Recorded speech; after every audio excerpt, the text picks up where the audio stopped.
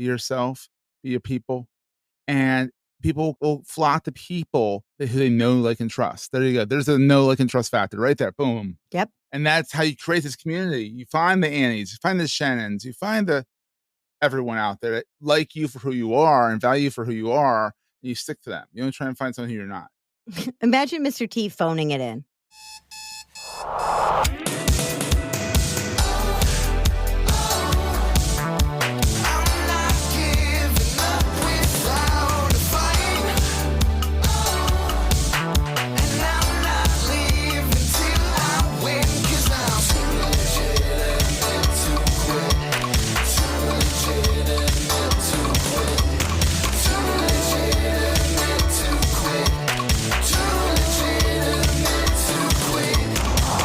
Welcome to Too Legitimate to Quit. Instantly actionable small business strategies with a pop culture spin. I am your host, Annie P. Ruggles, and my guest today is the gregarious and fabulous Seth Goldstein. Seth Goldstein, sometimes known as Seth M. Goldstein, is a digital marketer and technologist based in Doylestown, Bucks County, Pennsylvania, just north of Philadelphia. A recovering journalist, Seth spent the first 6 years after college as a newspaper journalist and still dabbles in the industry from time to time. A lover of podcasts, Seth loves listening to all kinds of podcasts and has been podcasting himself since 2011. He is the host of 2 shows on the Marketing Podcast Network, Entrepreneur's Enigma and Digital Marketing Dive. In addition to his podcast, he also curates a weekly newsletter called Marketing Junto. He lives with his amazing wife, crazy yet awesome son, and their totally adorable Labradoodle, Olive. One of my favorite brains / the best cheerleader on all of LinkedIn, title achieved. Seth Goldstein, what the hell do small business owners need to focus on this week?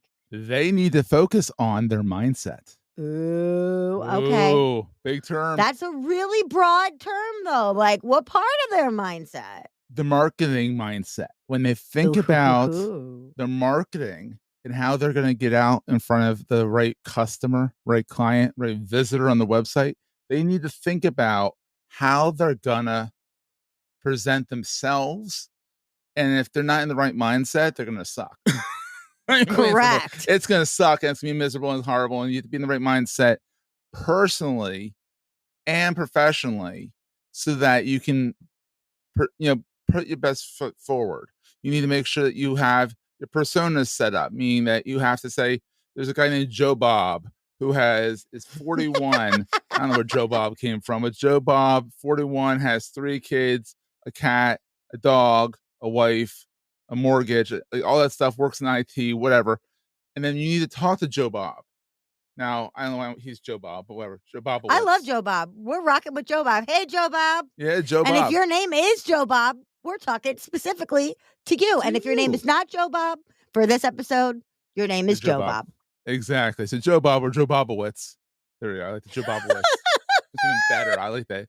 Joe Bobowitz. That makes it more like a first name, last name kind of thing. Joe Bob's kind of like his first middle name. So we're already off the rails. Oh, she snorted. Yes, I succeeded. So Joe Bobowitz, persona Joe Bobowitz, 41, 3 kids, mortgage. Yeah, mortgage and a wife and all that stuff and a lot of pets. So you got to think about with your mindset and your marketing mindset is that you've got to get into it with Joe Bobowitz.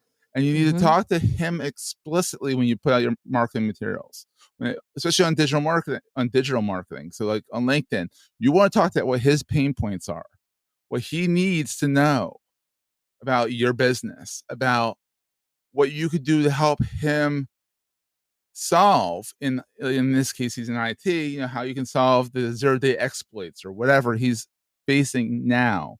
And you have to talk to him. And say, even go so far as name him. I just did Joe Bobowitz. God, it's a horrible name. Anyhow. It's a great name. It's a wonderful name.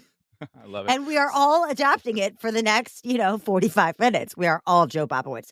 I am Spartacus. I am Joe Bobowitz. I am Joe Bobowitz. No, I am. I love it. No, No, but you're right. I mean, like it seems so goofy to like give them a name or something like that, but it really does need to be that specific and that granular. You are talking to a very acute pain point.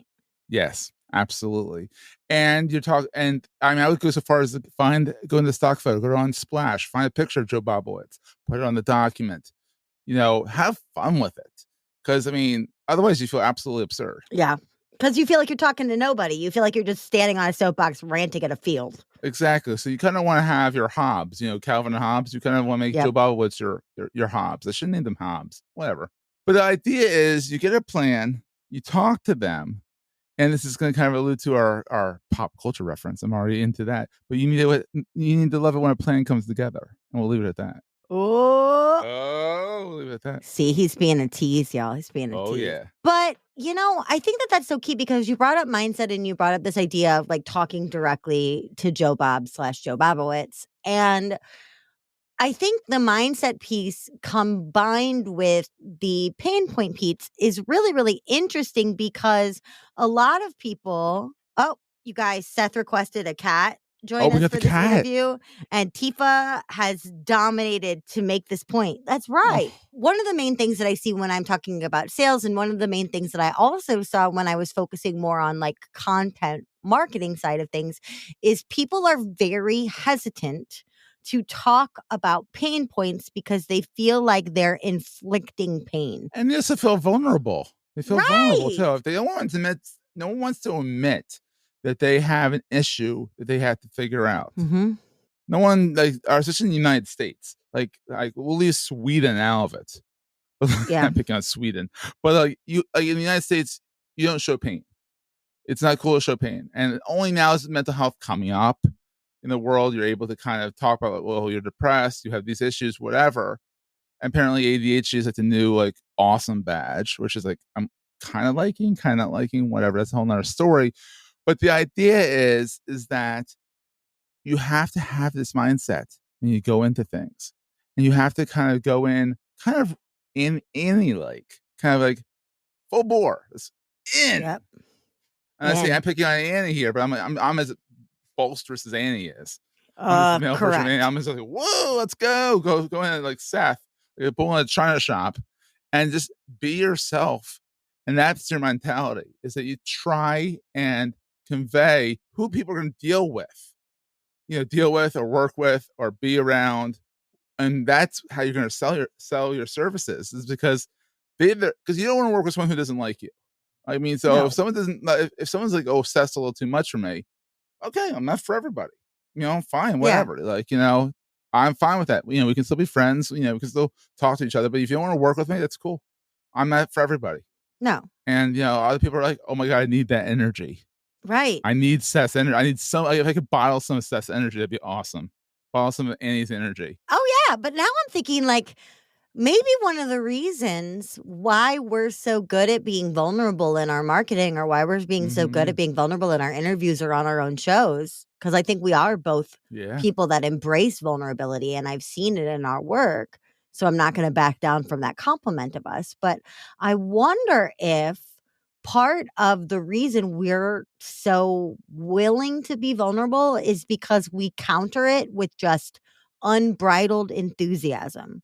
And when I look at how I talk about my own vulnerability, I'm not always trying to make a joke about it because I want people to know that I understand that things are serious. But I almost get to the point of sermonizing when I'm doing mindset stuff with my clients, because it comes up and I'm off to the races. I'm like, listen, this sucks. It's brutal. It's gory. I remember crying on the basement floor, right?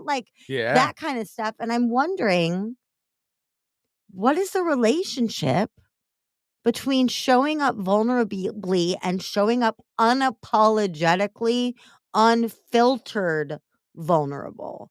Because you and I don't muzzle anything. No. My wife wishes I would sometimes, but oh yeah, I mean, everybody wishes we would sometimes. We're too much for the world, but it's a good thing. I think nowadays people are realizing that this way of going about it, being real online, having that mindset in your marketing, showing that you're able to who you're dealing with, convey and try and convey our energy on a piece of paper other than scribbling lots of scribbles is hard to convey in a very nice concrete linear piece of paper that you can't really draw outside the lines, making it look presentable, but you can make it look fun.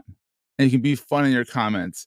There's Kelly Roach out there that she's a big coach out there. She puts these little Twitter sayings out there on LinkedIn all the time. Like they look like Twitter, but they're a picture. And she is honest and to the point. Like she's like, this is where I've been. This is where I'm going. This is what we're doing. There's people like me out there. It's just like free for all. Let's jump into the bubble, the ball pit and just play. Yeah. And then so there's a difference. She's very buttoned up and to the point. And this is her strategy. Mine is clusterfuck. Like literally, it's just me. Like this is me, and you're gonna have a lot of fun working with me. Well, because we get stuff done, but we get stuff done in a jolly way. Exactly. You shouldn't use the word clusterfuck on LinkedIn. I don't think they'd appreciate that. I mean, but do we care about what LinkedIn appreciates? Because LinkedIn appreciates us. They do. Maybe they should get used to it. Maybe we'll just put like a little asterisk for the U and cluster. Cluster so F-U, yeah. Cluster. Yeah. Beep. Beep. But like, okay, so I'm hearing resistance in the listener, which I love, because the other thing that I hear as an objection all the time is, Annie, I'm not you.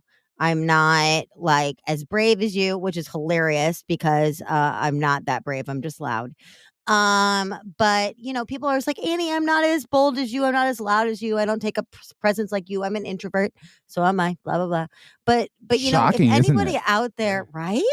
But if anybody out there is thinking that right now, like, oh, Seth, I've been following you forever and you're so gregarious and you're so fun and I'm just quiet little me. How can the reserved still show up in enthusiasm? Well, they could do what Annie does because you're an introverted you're an extroverted introvert. You go out, you go all full bore, and then you're like, oh God, I need a nap. Whereas every once in a while, I'm an introverted extrovert. I'm a little quiet, a little cautious. Very rarely. Like it's more internal. Like I don't like to pick up the phone to call the pharmacy. Like I don't like talking to people on the phone. It just is what it is. And I have a dread of talking to people on the phone that I don't know. It's the weirdest thing. And I love the phone, which is so weird. Like, but you're in sales. I mean, you're meant for sales. Like you like the phone. You like chewing the fat. You're like, yeah, let's do this kind of thing. I've always been a gabber. I'm a gabber. The thing is, what exhausts me is being an introvert. Like being introverted about something exhausts me versus this me being blah. That's a technical term. Blah is blah. Exactly that does not tire me out. Like I don't know why, but if I can go full bore I feel bad for this bore I keep talking about, but full bore. That's my brain, people. It's just going on these random tangents constantly. Joe Bob the Boar. I love it. Joe Bobowitz the Boar. Now he's a bore. Oh God.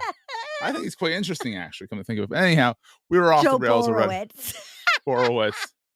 I don't know what's that anything makes everything sound better. Anyhow, the idea is that you got to have a good mindset in your marketing. Be yourself and just be. And then like if you don't get that big deal because they don't want to deal with you, well, you don't want to work for them anyhow because they don't want to deal with you. Yeah. And if they had to deal with you, you'd be miserable. You made such a good point there about like, and this is one of the things I love about interviewing my friends is like, me, I have two modes. I have on and I have off. And both are genuine. I've only experienced on, by the way. But about the off. You're like, when you're tired, you take a nap. Like I take a nap almost every day. You need to. Almost every day because I go so hard. And then when I'm done, I'm done. If I go to a conference, I come home, I don't talk to anybody for like a week. I don't schedule meetings. I don't go to networking events right after that. Like I'll work with my clients because I'll miss them, right? But I know conferences are exhausting for me. I enjoy them. I love them. The walking alone. Right. But I need to recharge, And so I think that's true too, is like, you got to go full bore for you, whatever that means for you. And also if you're gonna go full bore, you have to work on your energy management and listening to your body and listening to your brain and knowing when you're approaching burnout. And then you need to stop and honor that. Like, it was hard for me to get to the point of taking a nap because I would lay there and think about my to-do list and be like, oh my God, I have so many things to do. And now I'm like, oh, I have so many things to do. Guess I should go nap. I had to rewire my brain because now I'm like, there's no way I'm going to get through that to-do list without resting. So I may as well go take the rest I need. Exactly. There's no way. Yeah. My thing is I needed to actually take a Vermont trip 2 weeks ago. I was like, I'm peace. I'm like, Mara, my wife, I'm like, Mara, you take care of my son. You take care of the dog. I need 3 days in Vermont.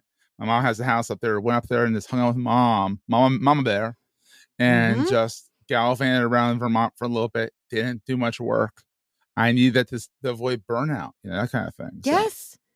Because when you're on all the time, you gotta be off sometimes. Even me.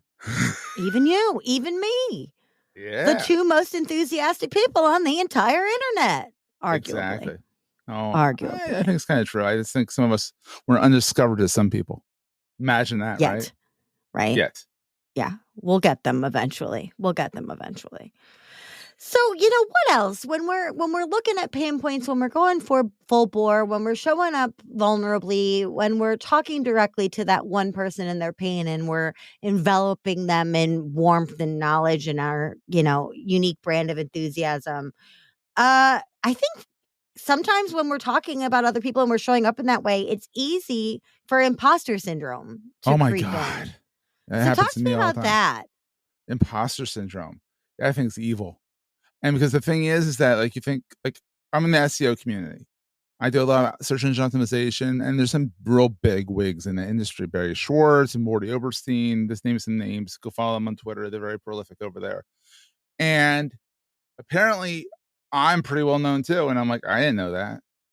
Like Morty's like, will you be on my podcast, SEO Rant? Go check out SEOrant.com.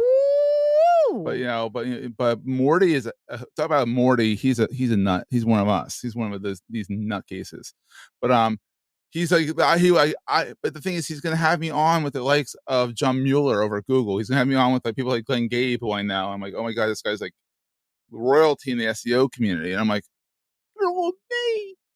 I'm nothing. I'm nothing. And apparently, like, I'm not sure on anything per se, but like, I'm at least known because I'm a loudmouth. I have an opinion. I'm out there, and I will speak my mind. And someone is full of poop or shit. We'll just say shit. Full of shit. I'll point it out. I'm like, this is my show. You could say shit. Exactly. So that's the kind of thing. Is when you build up it's almost like you track your keywords for yourself. Like keywords in SEO, you have to track your keywords to see where you're ranking and stuff. You kind of have to track you have to check your ego, because you shouldn't have an ego, but you have to track where you are and kind of gauge who you are and who knows you to make you feel a little bit better that you're not nothing. Not nothing. You're not nothing. You're not nothing. Is that a double negative? Not nothing. You're not nothing. Yeah. You're something. I'm something. So I should just say you're something, not nothing. Well, and also it's hard when you get to that point where you're like, wait, I'm something. Wait, I'm something. I remember the very first podcast interview I did on a sales space show after I had rebranded to Non-Sleazy Sales Academy. And I had also paid a lot of money for the interview because I was working with a really great agency that was putting me on shows and blah, blah, blah, blah, blah. And I was scared out of my ever-loving gourd. I had the worst imposter syndrome ever for like 3 days. I emailed my agent, who was wonderful and adorable. I love you, Nathan Peavy, forever. And I emailed him. And I was like, I'm freaking. Do people freak? Is this a thing that happens? Am I the only one? I'm freaking. And his response to me, even then, I remember that he's like, but Annie, he chose you to be on the show. Mm-hmm. And I was like, to your point, I'm like, wait a minute. I was asked to be here. Right? Yeah. Or if I put myself out there and I applied and they said yes, like if I found the show and I reached out to them and they said yes to me, then they still said yes to me. I put myself out there.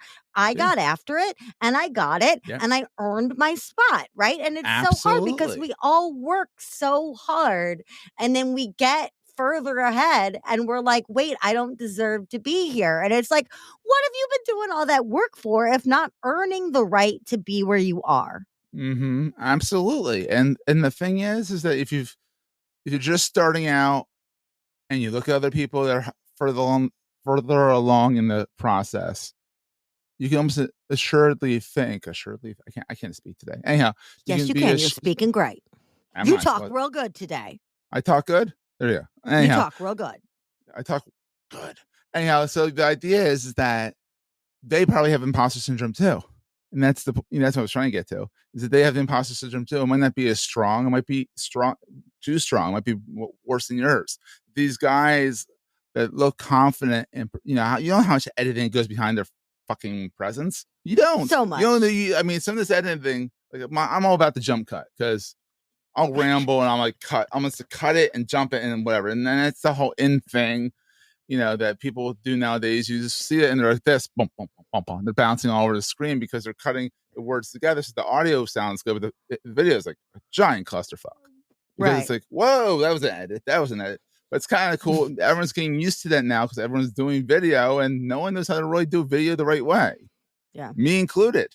So the idea is that just because they're edited and they might have someone who's like really good editor that can make it so it doesn't look like a jump cut, doesn't mean there isn't editing involved. Right. And the ums are taken out and stuff like that. So, I mean, in the pre-chat, we were talking about Mike Michalowicz, friend of the show, and Gary V, friend of the internet. Yeah. And the thing is about those guys is like, they're great and they have accomplished so much. But Mike Michalowicz is not a one-man team.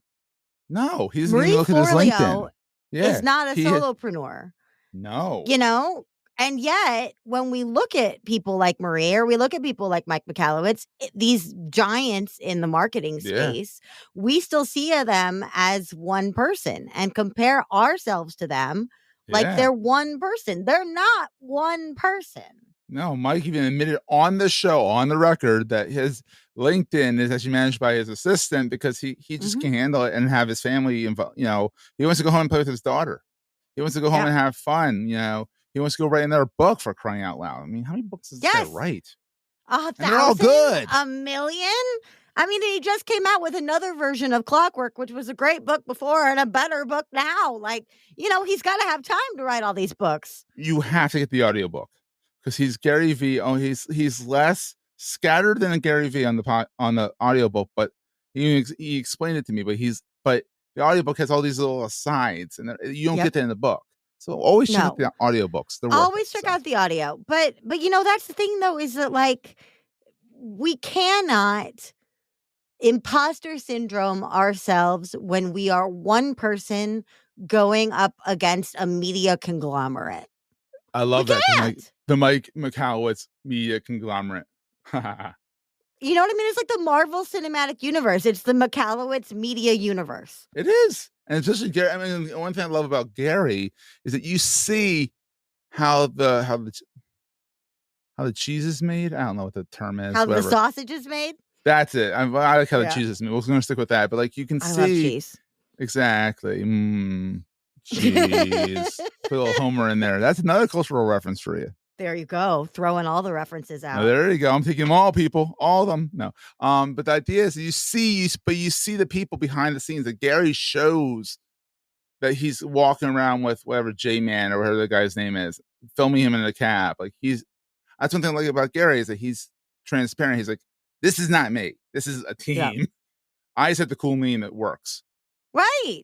I mean, and we are talking about these marketing examples because that's his world and that's my world. That is the world we share. These are the idols, the pedestal people that both of us have been told to aspire to or that we've learned from, right? You mention them to our significant others. They're like, who the hell is this person? Who?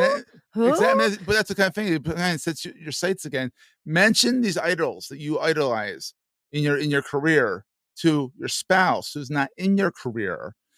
And they will say, who the fuck are you talking about? They're not Beyonce. They're not Beyonce. They're not their idols. They're big.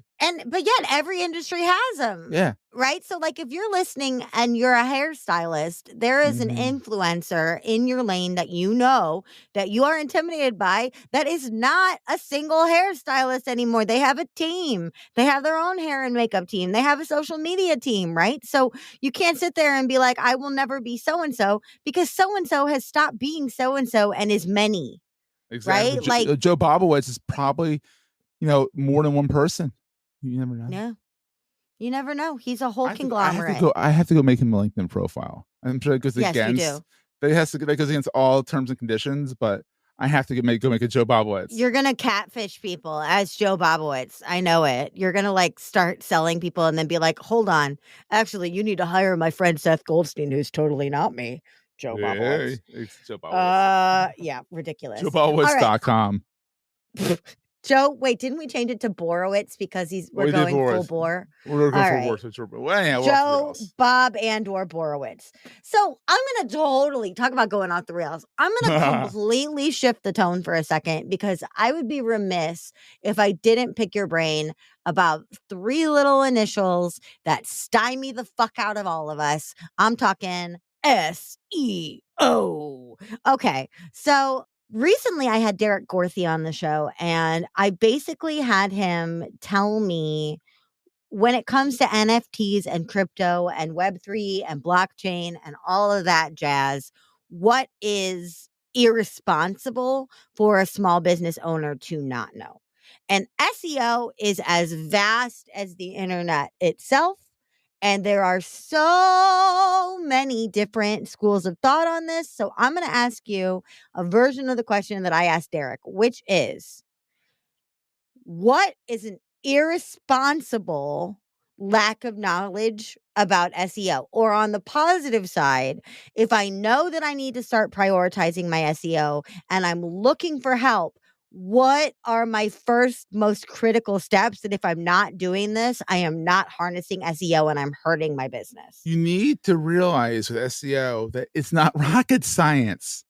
It's not voodoo, and people are out there. I'm trying my best not to mention someone's name and throwing them under the bus, but there's people out there like, oh, it's special. Oh, I've been studying whoa for since 1997. Oh, since the beginning of the internet, which the beginning of the internet was not that long ago. I think it was 94. So I got that AOL CD in the mail. I remember. I was there. I used to keep them and throw them at people. I used to have AOL Frisbee things on the soccer field with my friends in high school. What else are you going to use it for? You need one disc. You don't need 5 or 10 or 15 or 100 discs. What do you do with them all? I will put them in the microwave. Golf. I like where you're going with this. AOL Frisbee. Or you put it in the microwave and watch it explode, and your mom would scream at you for destroying the microwave. God. I've done that. It was pretty cool, but it almost caused a fire, so that's not that cool. Anyhow, back to SEO.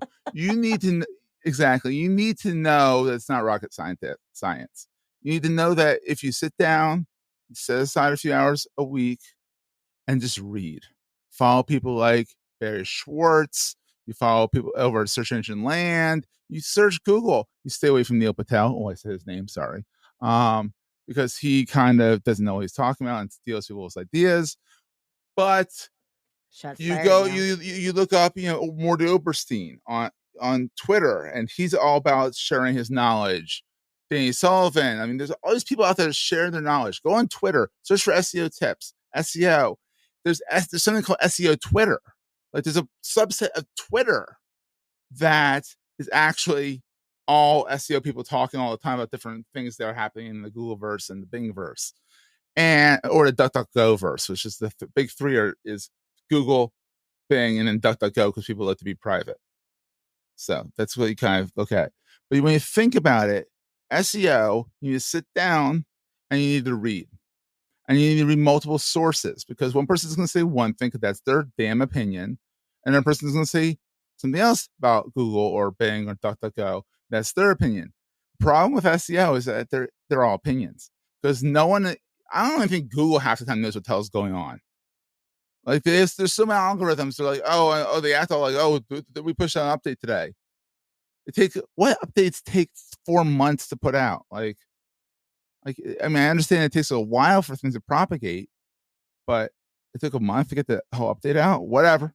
I don't come to know anything about that stuff. But the idea is that you just have to read and then try stuff. Worst that happens, you do something wrong, you change it, you wait 2 weeks. And I would not do it on your money making site. I would build a separate little site, even, and practice. Yeah. Or you hire someone like me, shameless plug, to do it Heaven for you. forbid. Heaven forbid you hire someone. Because forbid. I tell people, like, it's not a matter of it being voodoo or something special. It's just who has the time to do it and run their business. That's just why you pay people to do this work. And you're paying for, and the thing is, you gotta realize you're paying for the knowledge. So if you're paying $4,000 a month, you're paying for someone who is worth $4,000 a month because he's done $4,000 worth a month of research every week. Right. To stay on top of everything that, someone walks to the Google, search servers and sneezes and everything changes. That's not really what happens. I hope it doesn't. But if someone, something trips over a wire and knocks off a server, I think that might actually have happened because Google went out. I think that probably has happened. In November, the whole Google search went down. Yep. How in the hell does that happen? Well, it happened. I think you're right. I think it's sneezes. Yeah. I think sneezes or a dog fart are my two guesses. Those things are toxic. It was bring a dog to work day and somebody's dog farted and took out the whole thing, right? But it was in November. The idea of incremental experimentation because it's so broad, right? Mm-hmm. And because everybody's website is built on different shit. Like that's the other thing is like we can't, there's not one uniform place to be like, you need to go and you need to put 3 hashtags, like 3 keywords in this one line that is on every single website. And it's like, it's not. Yeah. And you gotta think about also is that Google is geolocated. You might rank. Oh yeah. And people forget this and it pisses me off. Why did I have to geolocate everything? I may rank that moment in time at this keyword at number 1. But then I go down to Delaware or wherever. I'm in just north of Philly. Go down to Delaware or go to California. It's gonna be a different ranking for the same. It might be even a geolocated Doylestown website design company or web digital marketing company. And Joe Bob, bring him back in, his company might outrank my company because whatever reason I'm in a different IP address. And in that IP address, he's winning that one. So Joe Bobowitz is ruling the world right now. Good job, Joe. But, it's all the more reason why there are too many variables for us to control or even fathom. Like I saw this thing, not surprising because y'all know if you listen to the show how I feel about Facebook. But an article came out the other day that said most Facebook employees of the security team can't tell you where the data is stored. And it's like, that's reassuring. That's You're on the data team at Facebook and you don't know where my information is stored. Like, whoa. I think similarly, if I went to a random Google employee, and nothing against them, the company's just humongous, and I asked them how to get higher up on Google, they'd be like, well, that's my job, not my job. I don't know. Right. And so all I can do is make sure that I am associating myself with the keywords that I want, which goes back to your previous point of like, what are the keywords of you? And honestly, the funniest thing about that is less about the keywords now. Throw a little wrench in the whole thing. It's about your paragraphs. It's about your non-linked stuff. It's about the links that point back to your site. It's about, Google's really changed things up recently. It's about your content now. It's about it being good content versus crappy content with good keywords. So they're trying to say, get away from the keywords and good content. And Matt Cutts, who was like the original spam master over Google, has always said, to his credit, write good content and it'll get ranked. And guess what? You write good content, it gets ranked. Yes, but in the past, bad content got ranked just as good because they were focusing on keywords. Now, finally, probably 15 years later, Google finally figured out how to actually make it so the good content is ranking where it should be. So focus on good content, right? Good content, don't spam crap out there.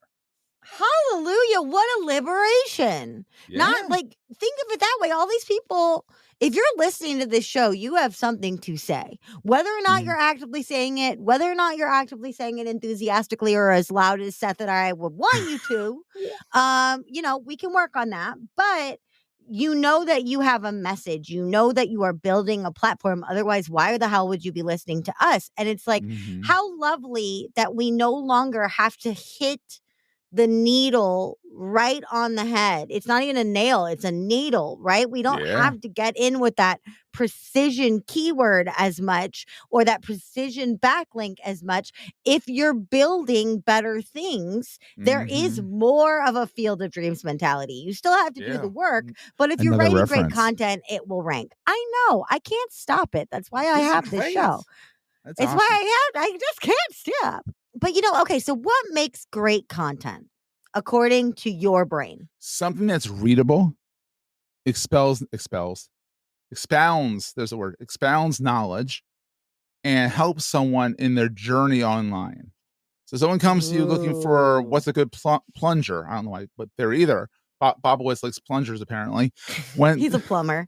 He's a plumber and an SEO consultant in Doylestown.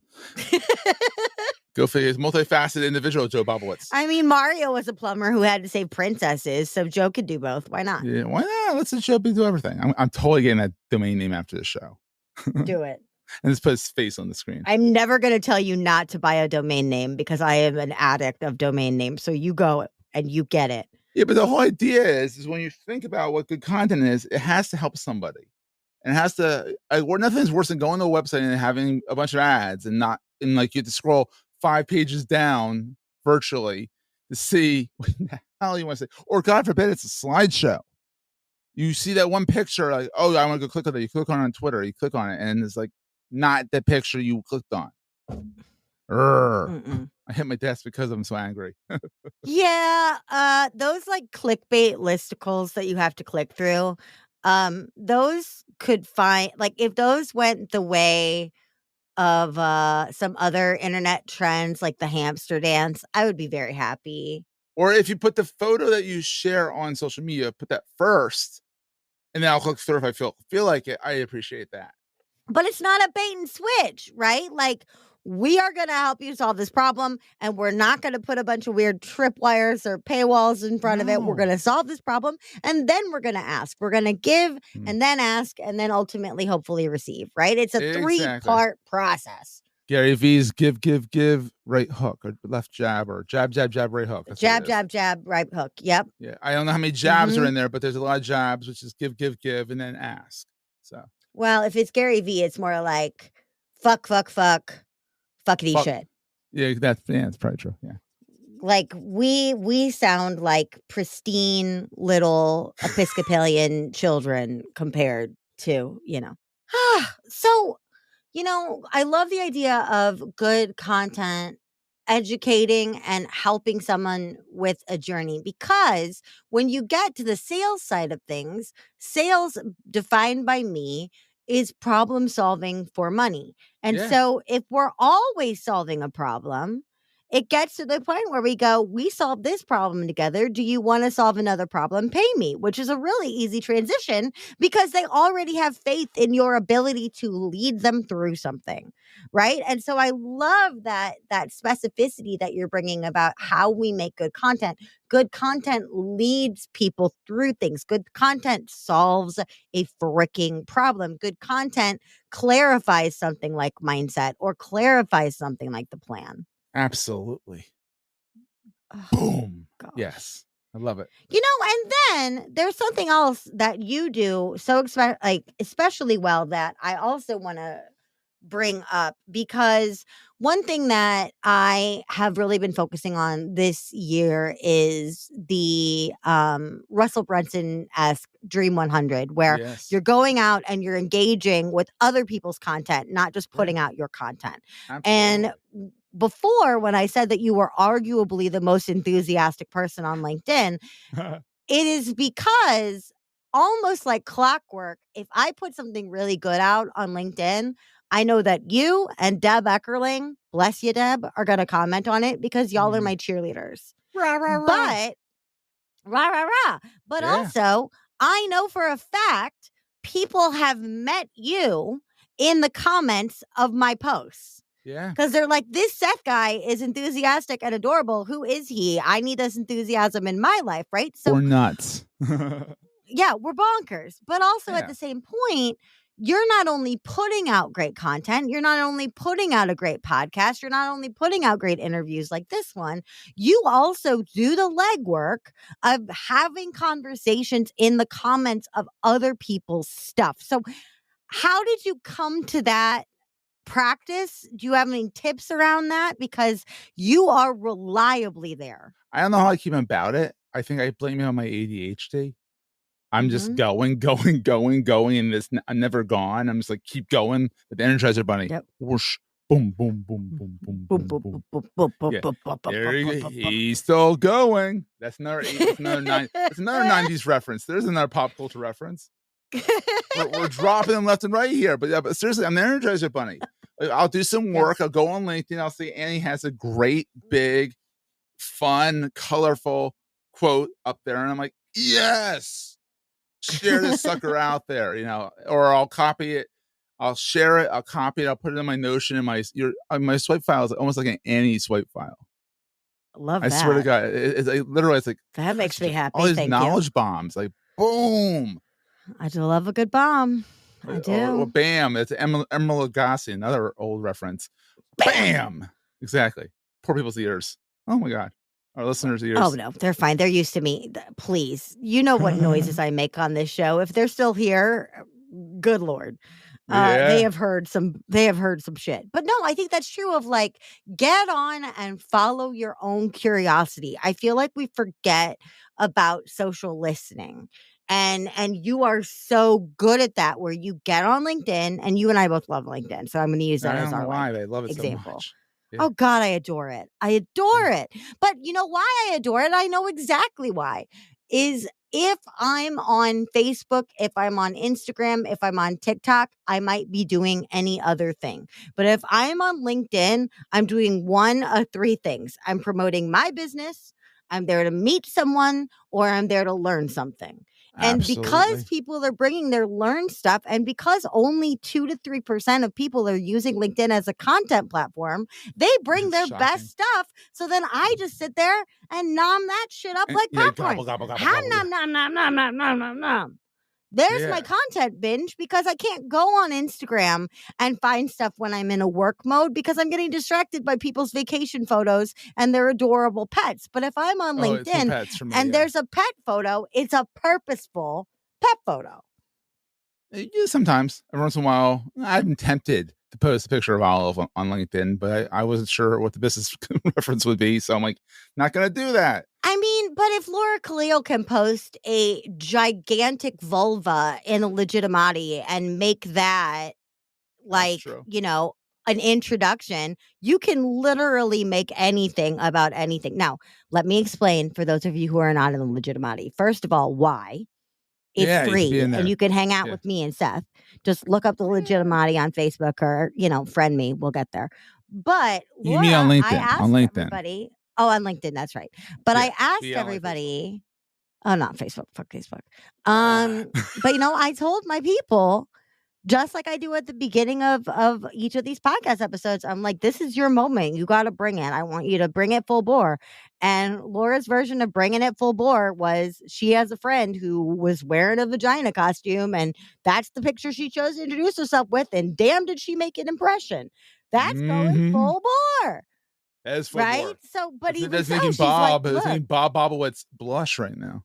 Oh, yeah. Yeah. I said vagina, Joe. I said vagina. But, but that was the thing, is like how she made that about, like, if you're going to introduce yourself, introduce your damn self. If you're going to take up space, take up space. Right. Absolutely. And so if you're going to post a picture of Olive, you're smart. I know you could find a reason to do it. Olive teaches SEO. I would totally watch that. She made the front page of Reddit the other day, by the way. Internet celebridog. Seriously, she's that cute. It's giant 60-pound, 8-month-old Labradoodle. Oh my God. Gorgeous black Labradoodle. And she made the front page of the Labradoodle category, then showed up on the front page of my front page. It might have been the front page of the Labradoodle category. Still, she got like 5 to 10 likes within the first 5 seconds, and this kept going up from there. So, that would be a great LinkedIn article. Things I learned about the internet from my dog going viral on Reddit. Exactly. Like I can't go right at the other end with a very cute dog. So go figure. Right, but like that could be content. Anything Yeah. can be content when you make it educational if it's in your lane, right? So spin the wheel of Boom. marketing, folks. Like, Yeah. I want to talk about my dog today. How do I Yeah. make talking about my dog valuable for my audience? For some Mm, people, it's really one to one, right? For my for my listeners that are in the parenting space, it may be, how to deal with hyperactive dogs and hyperactive children while you're running a mhm. business. Absolutely. For people outside the parenting space, like it may be what I learned about SEO by my dog going viral. Make sure that you're talking about labradoodles if it's a labradoodle. Yeah. Don't be posting your dog on a French poodle site. It's a Oh, labradoodle, not a poodle, right? Like, don't come mess on. it. Don't call my dog a poodle. Someone said, "Is that a Exactly. poodle?" Because she looks like a little bit like a poodle. Because guess what? That's the doodle part. But No, she's no right? But that's labrador. the She's a thing. labradoodle. You're Damn it! not posting that dog in the poodle category. You're being No, specific. You're like, this dog is not a poodle. no, She's a labradoodle. And she's going to own the labradoodle space. You love digital marketing, you love SEO, and you love entrepreneurship stories. You're not out here trying to get people to build chatbots. That's not your no. lane. God, no, no. I'll trip That's if not you go your in that lane. lane. Right? I mean, even it's hard for me because I'm so passionate about marketing and branding, and I used to do that. But even so, sometimes I find myself defaulting back there, and I have to remind myself, hey, bitch, you teach sales now. Get back in your lane. Get back in your lane. And with my content, I could do a branding lesson, but that's not what people look to me for. People don't look to me Mhm. for branding lessons anymore. So Yeah, get back in your lane. I am not a poodle. I am a labradoodle. exactly. She knows her lane. So Yeah, she knows her lane. So we're going to take lessons from Olive. And I told you we could pull content out of it. Shazam. But bam. the pop culture, we have had so many wonderful references so far, and now we're talking about your dog. But I didn't bring you here today to talk about Olive, although I do love her. I brought you here today, in addition to your brilliant brain, you have brought us the A team, and so I need Yes. to know from you right now. What does leading people through a journey? What does content? What does SEO? What does mindset? What does vulnerability? What does any of it have to do with the A team? Well, number one, Mr. T is awesome. Correct. He's just this. I can stop right there. He's awesome. But I mean, you he talk is a about brand. Mr. T rocks his brand. he's bigger than a brand. Oh my, he's a brand. His name is Mr. T for crying out loud. Like that's but all that. Well, he's been a phenomenon for 40 years. He's got brand recognition for 40 years. Come on. And he looks great too. I think he's still kicking, right? He's still kicking. Yeah, he's still Yes, of out there. course he is. He's still being Mr. T. He's still riding Yeah, he's his Mr. T. stick. Good for him. Good for him. What I like about is Hannibal, which is not the cannibal guy, but Hannibal on the show always had the line, "I love it when a plan comes together." And then there's Face, who always was able to rummage up a ballistic school bus or something like that, And like when you think about that, is you got to think that you have to love it when your plan comes together. You got to every time something comes together, you're like you think about Hannibal saying like, "I love it when a plan comes together," because a plan, if you sit there long enough and you think about, will come together. It might not be the best plan off the bat, Mm-hmm. but it will evolve. It'll grow. You'll find that ballistic bus. I can't believe Yep. the ballistic bus. I have a specific episode that I remember. They were in like the jungle somewhere, and they needed something to beat somebody or whatever. And no one ever died in this show. Like they would blow up a building, and people would crawl out from the Yep. wreckage, and literally they'd be unscathed. I'm like, that is an 80s sensibility right there. Yes, it very Nowadays, much is. I mean, like MacGyver, right now it'd be same bloody. thing. A bomb would go off and MacGyver would come off and like dust his shoulder off. I know 80s. I mean, I used to love it. I always comment to my father, who would always watch the reruns. And I'm like, Dad, no one's ever dead. He's like, they're not allowed to be. Well, it's like how stormtroopers cannot shoot straight to kill them. Like there's an entire army in space and none of them can shoot anyone. Like ever. No, but how do you dodge a laser? Yeah, that's true. You can't. That's true. I mean, that was the 80s mentality, right? But what we're talking about when a plan comes together, to our previous idea, when Hannibal says, gotta love when a plan comes together, He's giving himself credit. Yes, it's all mindset. There you go. For things working out. Do you know what I mean? Like, he doesn't have imposter syndrome. He's not going, oh, I'm so lucky that I'm standing in this spot. He's going, I am in this spot because I planned for this. I worked hard for this. I prepared for this. And now everything happened how I wanted it to through my hard work. And I love it when a plan comes together. Absolutely. He's not going, oh, Boom. how lucky this worked. He's saying, look, it worked. Absolutely. I worked it. We, as a team, came together and pulled something off. And so I love that idea of giving yourself credit for a job well done when it's necessary. And sometimes that's not the end of the process. He normally says, No. I love it when a plan comes together in between phases of the plan. Like phase one. No, he says he's very premature with that. He's very premature with that statement. It's not. It's funny, but I love the A team, and I love that I love how we can extrapolate business lessons from Hannibal. Yeah, that's hilarious. Yeah, but that's the thing is we just can't wait until the finish line to give ourselves credit. And we can't wait until the finish line to acknowledge whether our plan is working or not. Because if the plan's not working, we can't wait to the finish line to replan. No, you got to adjust on the fly, build the plane as it's flying. And then, that's a very 80s thing, too. It's like, the engine in this plane fell out. Hold on, here's a paperclip. We're fine. That reminds me, that's kind of, what is that, Airplane? Like Leslie. Yeah. Leslie Nielsen. Yeah, Leslie Nielsen. Yeah, that was a funny movie. I think also one of the things I love about the A-Team is that it's 4 distinct personalities. Murdoch, oh my God, he's one of us. Right? Oh God. But owning each other's strengths and not feeling the need to compete when you're bringing together strong personalities and strong minds. Yes, of course, sometimes, there'll be a differing opinion, but at the end of the day, they have so much trust in each other and each other's quirks that they're like, oh, he's got this. It's fine. Yeah. Don't worry about it. Absolutely. And that's why it's we don't have to do this alone. And so who are your people that you can rely on their skills when your plan doesn't go to plan? Right? Who are your advisors, official and unofficial, paid and unpaid, right? Who, when shit hits the fan, are you like, oh, I don't know how to fix the engine of this plane, but you know who would? Seth Goldstein. Well, don't give me too much credit. Well, I can't fix an plane. Yeah. We don't know if you can or not. We haven't tested you, but let's not do that.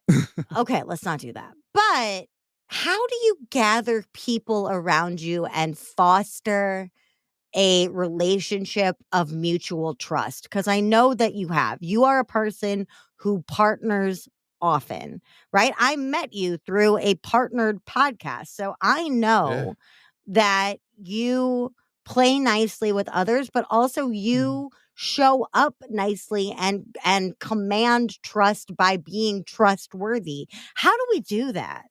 You be yourself, honestly. And I mean, shout out to Shannon McGill. We love Shannon. Hey, girl. Yeah. She's the one that introduced me to the great Annie. And I've never looked back. Never. And she's another one of us nutcases that we absolutely adore. So check her out on social media because she writes blog posts, huge blog posts that are so introspective. But, you have to be yourself. And that's what everything comes down to. Be yourself, be your people. And people will flock to people who they like, who they know, like, and trust. There you go. There's a know, like, and trust factor right there. Boom, right there. Yep. And that's how you create this community. You find the Annies, you find the Shannons, you find everyone out there that like you for who you are and value you for who you are. And you stick to them. You don't try and find someone who you're not. Imagine Mr. T phoning it in. Oh my God. Imagine Mr. T playing small. Where he shows up. What is his actual name? What is Mr. T's actual name? Do you know? No, I don't, actually. All right. We need to look on the Wikipedia. Y'all can hear me typing on the podcast. Lawrence Turiod. Yeah. Okay. So imagine shit is hitting the fan. The A team is in play. And they call Larry T. And Larry T is subdued, quiet, even waits to see what other people want of him. He's very polite, doesn't want to take up space. Yeah. He would be nothing. He would be nondescript. He would be nondescript Larry T. Exactly. Where are we showing up as Larry T instead of Mr. T? Yeah, exactly. Well, it explains the T. I always wonder why he was Mr. T. Well, the T is real. It's Tureaud. Trode or something like that. Tureaud. It might be French. Tureaud. Churio. That's my Lawrence Churio. That sounds better. Yeah. Well, Larry.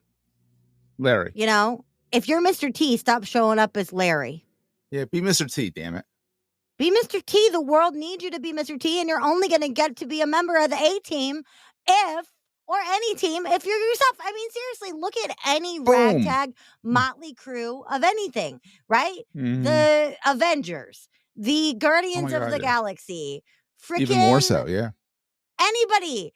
The cast of Ted Lasso, they're all freaking characters. You don't get to be a star on a team unless you're going to bring it and listen at the same time. Because also at the same point, good old Larry T can come in and go, fuck you three. I'm Mr. T. Nobody needs ya.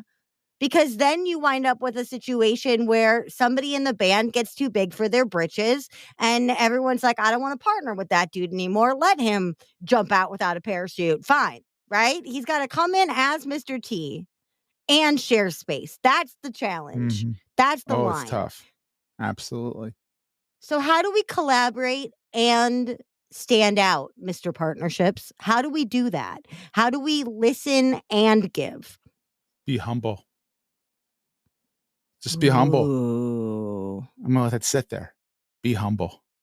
Because you have to know that you're not the biggest shit in the world, you know, that you have to realize that there's people who are going to be smarter than you.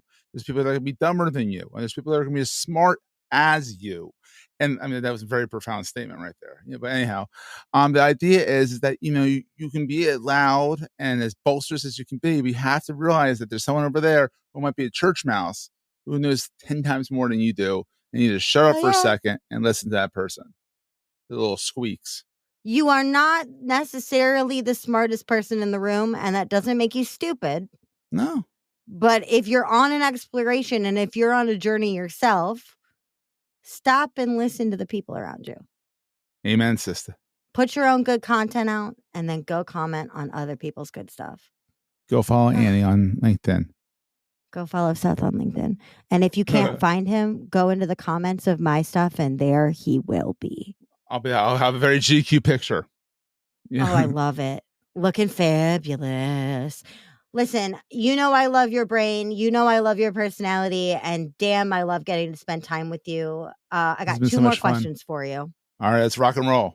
You and Mr. T, in all his full Mr. T-ness, are going to go on an adventure to solve a problem.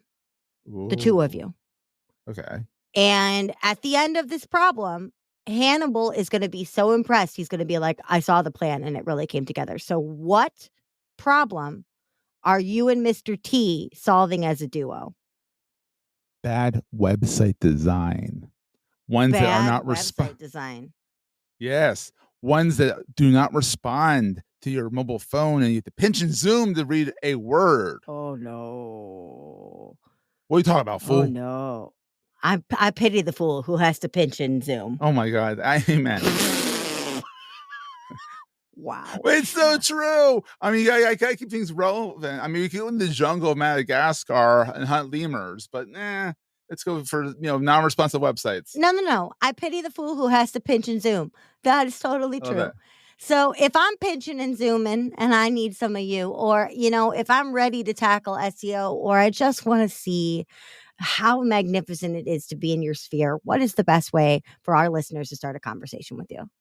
You can pretty much go over to goldsteinmedia.com. That's the agency. You can go to entrepreneursenigma.com. That's one of the podcasts. I do 2 podcasts because I'm crazy.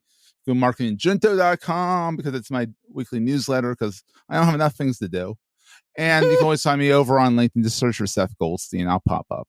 Darling, I adore you. Thanks so much for being my guest today. You're the best. I love it when an episode comes together. Yeah. Aww. Y'all, I'll be back in just a second with my final thought and your homework for this week.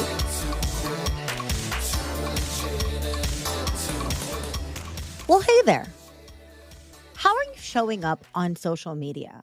Are you just posting and then replying to any stray comments that wander in? Because if so, you are missing out on a critical step, one that could introduce you to your very own beloved squad. This week, we will remedy that and get out there and find/support your very own A-team. How? This week, we're going to act like Seth. Your homework is to spend at least 1 full hour commenting on other people's content on your favorite social platform. Start by bringing some love to your friends or peers or partners' posts. This will get you into the commenting mindset, but don't get stuck there. At least half of your time should be spent engaging with folks you don't know yet. Feel free to get lost in a couple of rabbit holes. What to comment is the tricky part. Don't you dare even think about typing "great post" and leaving it at that. On the flip side, don't be a spammy jerk or a know-it-all. You are there to lend yourself to the conversation, not to command it in some hostile takeover. Here are a few ideas. Offer a complimentary opinion using a branded piece of language. Share a recent personal win that proves their point. Ask a follow-up question. Tag a friend in the post and let them know precisely why you did. Introduce the poster to someone they should know. Or compliment people genuinely on how they've changed your mind or inspired you to action with their content.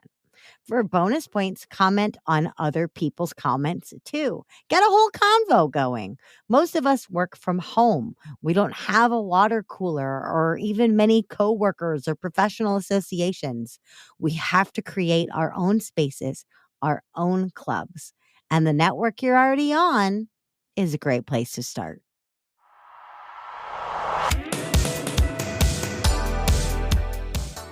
Hey, thanks for listening. If this episode kept you laughing and learning, I have 2 requests for you. First, make sure you hit that subscribe or follow button, depending on your platform, so you never miss an episode. And also, more importantly, if you are looking for support, inspiration, networking, collaborations, or just a chance to hang out with me, Annie P. Ruggles, and our fantastic guests, make sure that you are a member of our LinkedIn community, The Legitimati. It is a weird and wonderful place. I can't even believe it's on LinkedIn, and we want you there. You'll find the link in the show notes. Big shout out, as always, to the fabulous dudes who helped me make this show. My producer and editor, Andrew Sims of Hypable Impact. My theme composer, Riley Horbasio. And my show art creator, Francois Vigneault. See you next time.